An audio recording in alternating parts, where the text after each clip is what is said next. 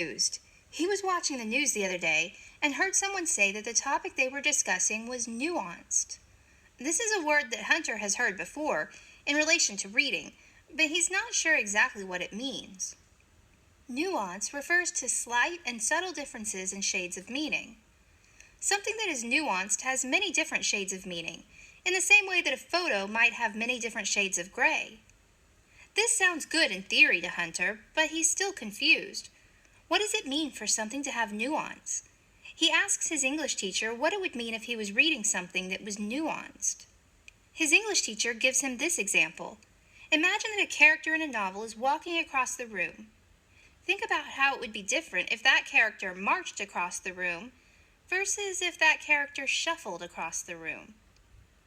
Hunter is starting to understand nuance, but it's still kind of hard for him to understand. To help him out, let's look at two elements that can contribute to nuance: connotation and subtext. Hunter gets that nuance often involves subtle shades of meaning, and he understood the difference in the example his English teacher gave of the person marching or shuffling across the room. But he'd still like some clarification.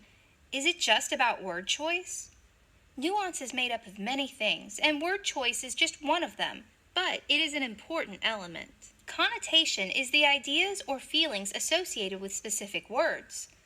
For example, saying that a person shuffled across the room comes with a specific connotation that perhaps one is old or unwell. Describing a person as marching across the room, on the other hand, implies that one is in charge. Connotation can be found in many different words. Think about adjectives often used to describe people who don't give up. Strong-willed, determined, stubborn, and persistent are just a few examples. But each one means a slightly different thing, and each one has a different feeling associated with it. For example, saying that someone is stubborn usually has a negative connotation. That is, it comes with a negative feeling. Stubborn is not how most people want to be described. On the other hand, describing someone as determined means almost the same thing, but it has more of a positive connotation. Being determined is a good thing, and that word comes with positive feelings. Hunter can see how connotation is linked to nuance. The words that are chosen can make a huge difference in how the reader sees things.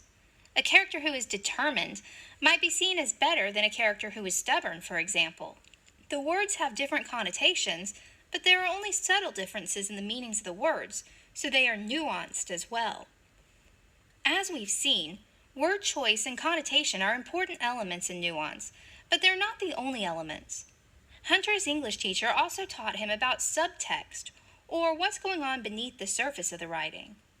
Imagine a scene where two people are having a conversation about the weather. One of them says that the sky is very blue, while the other argues that it's not that blue. The first guy accuses the second guy of being contrary, that is, just arguing with him to argue. The second guy accuses the first guy of always expecting agreement with whatever the first guy says. What's going on? Clearly, they aren't just talking about the weather. There's a subtext here. There's something else going on beneath the surface. These guys have issues with each other. One of them thinks that the other is argumentative, and one of them thinks that the first guy is self-centered. This goes way beyond the weather and is tied to their relationship with each other. But all of that is subtext. In the scene, no one says, "We're talking about more than the weather here." Subtext also contributes to nuance because a word or phrase can mean different things depending on what the subtext is. Think about the phrase, "That's great." Seems like a pretty straightforward sentence, doesn't it? But wait, think about how the subtext of the scene can change that phrase. For example, imagine that Hunter is told that he just won a big scholarship to his favorite university. He might say, "That's great."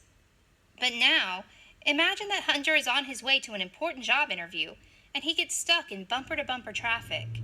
He might say, "That's great." Of course, he doesn't mean "that's great" in the same way in both scenarios. It's the subtext that has changed the meaning of that simple phrase. Nuance refers to slight and subtle differences in shades of